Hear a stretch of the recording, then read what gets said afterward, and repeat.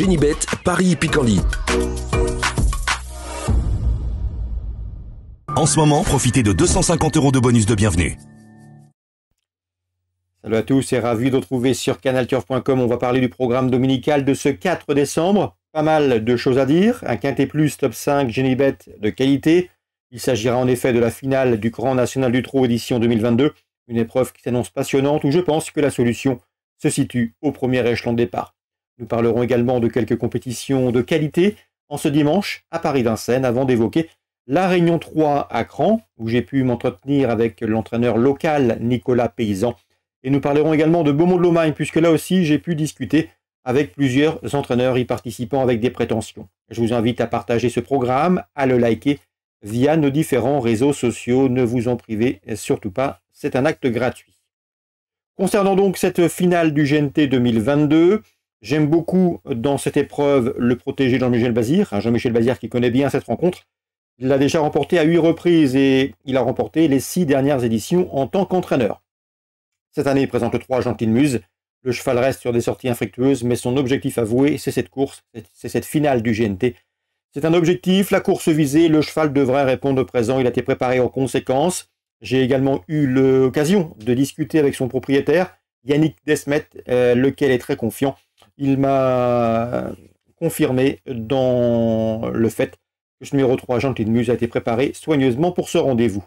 Qui lui opposait, numéro 6, Gamel Liton, récent lauréat d'une étape du GNT à Romocanchi, et ce avec la manière, autre bon cheval.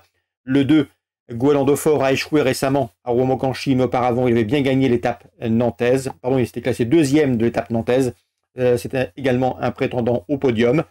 J'ai ensuite placé le numéro 13, Echo de Chancy, qui lui a remporté l'épreuve de Nantes devant Goéland de Fort. Echo de Chancy qui est très bien placé au classement général et qui pourrait bien remporter à la faveur d'un bon résultat ce challenge, ce tournoi.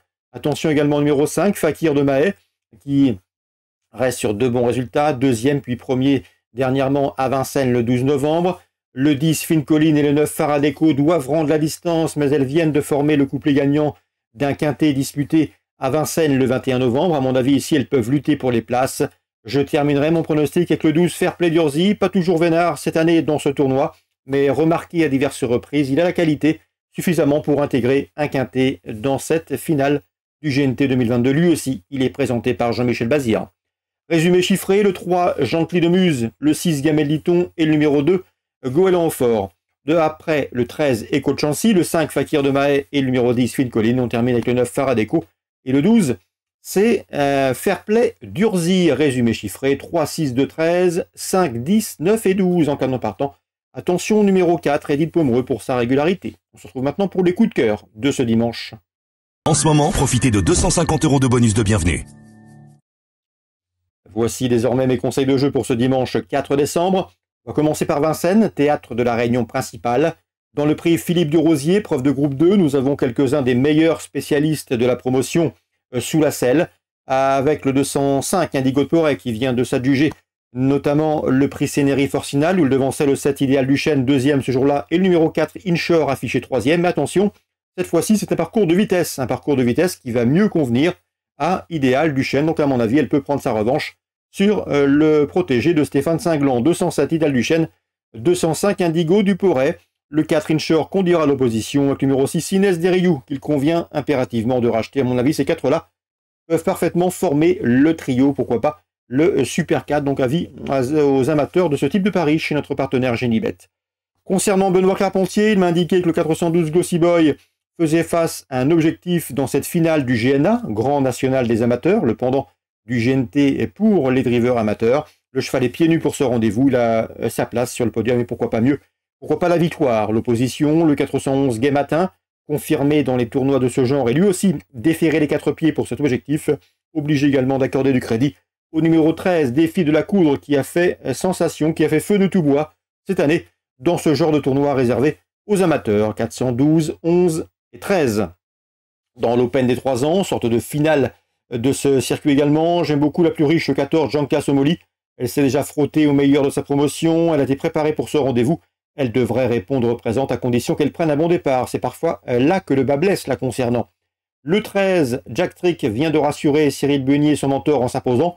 Il peut confirmer ici, tout comme le 12, que j'aime bien, c'est Joyful Diva. Elle est redoutable lorsqu'elle bénéficie des parcours cachés, si tel est le cas. Sa pointe de vitesse peut faire des ravages. Confiance au plurige. Dans la 6e, 14, 13 et 12. Dans la suivante, pour les 4 ans, j'aime beaucoup le 708. C'est Ino du Lupin. Un cheval qui est très estimé par Jean-Paul Marmion. Le cheval affiche déjà 8 succès en 11 courses courues. Il progresse constamment. C'est un cheval d'avenir à mon avis. Il ne devrait pas s'arrêter en si bon chemin. Mais je lui poserai le protégé d'Alexandre Bonnefoy que nous vous avions recommandé en dernier lieu lorsqu'il a gagné chez lui dans le centre-est. C'est un cheval que nous avons d'ailleurs conseillé à diverses reprises puisque Alexandre Bonnefoy l'a toujours tenu en estime.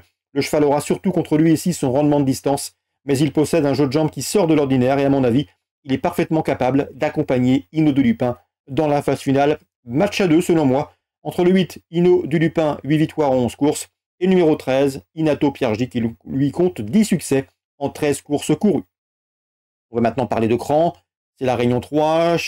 Sachez que Nicolas Paysan aime beaucoup le 312 Tessie qui débute mais qui travaille très bien le matin. Il en escompte de très bons premiers pas. Elle ne le surprendrait pas en faisant l'arrivée et c'est une cote intéressante. Le terrain ne va pas la déranger. Attention également au 601 Monte Pertuso. Un Monte Pertuso qui adore le terrain lourd, qui vient de s'imposer, il est en forme et qui devrait pouvoir confirmer. C'est un cheval qu'il faut monter parmi les chauds de tête. Il devrait répondre présent. Donc attention aux 2 chevaux de Nicolas Paysan, le 312 et le 601. Concernant Beaumont-de-Lomagne, la Réunion 4, j'ai pu converser avec Charles Bouvier, qui aura d'ailleurs une bonne chance lundi à Vincennes avec Floréal. En attendant, il présente le 202 Guerrier JM. D'après lui, son cheval est capable de terminer sur le podium.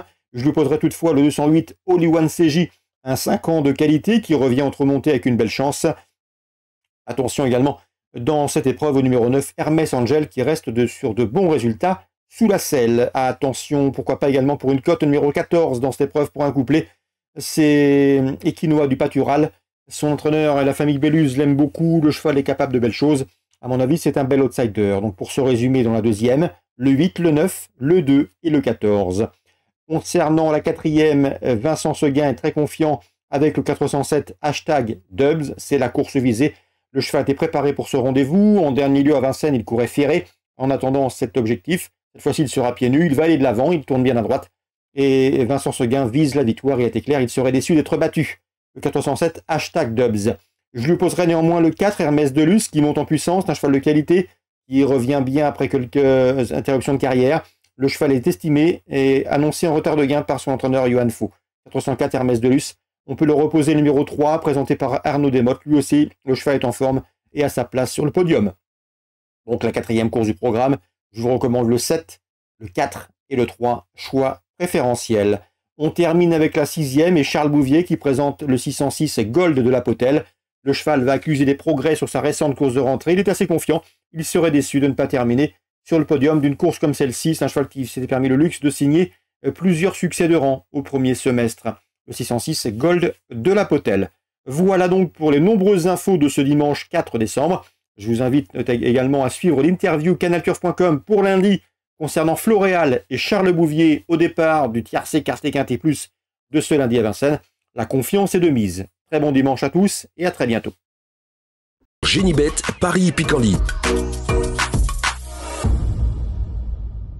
En ce moment, profitez de 250 € de bonus de bienvenue.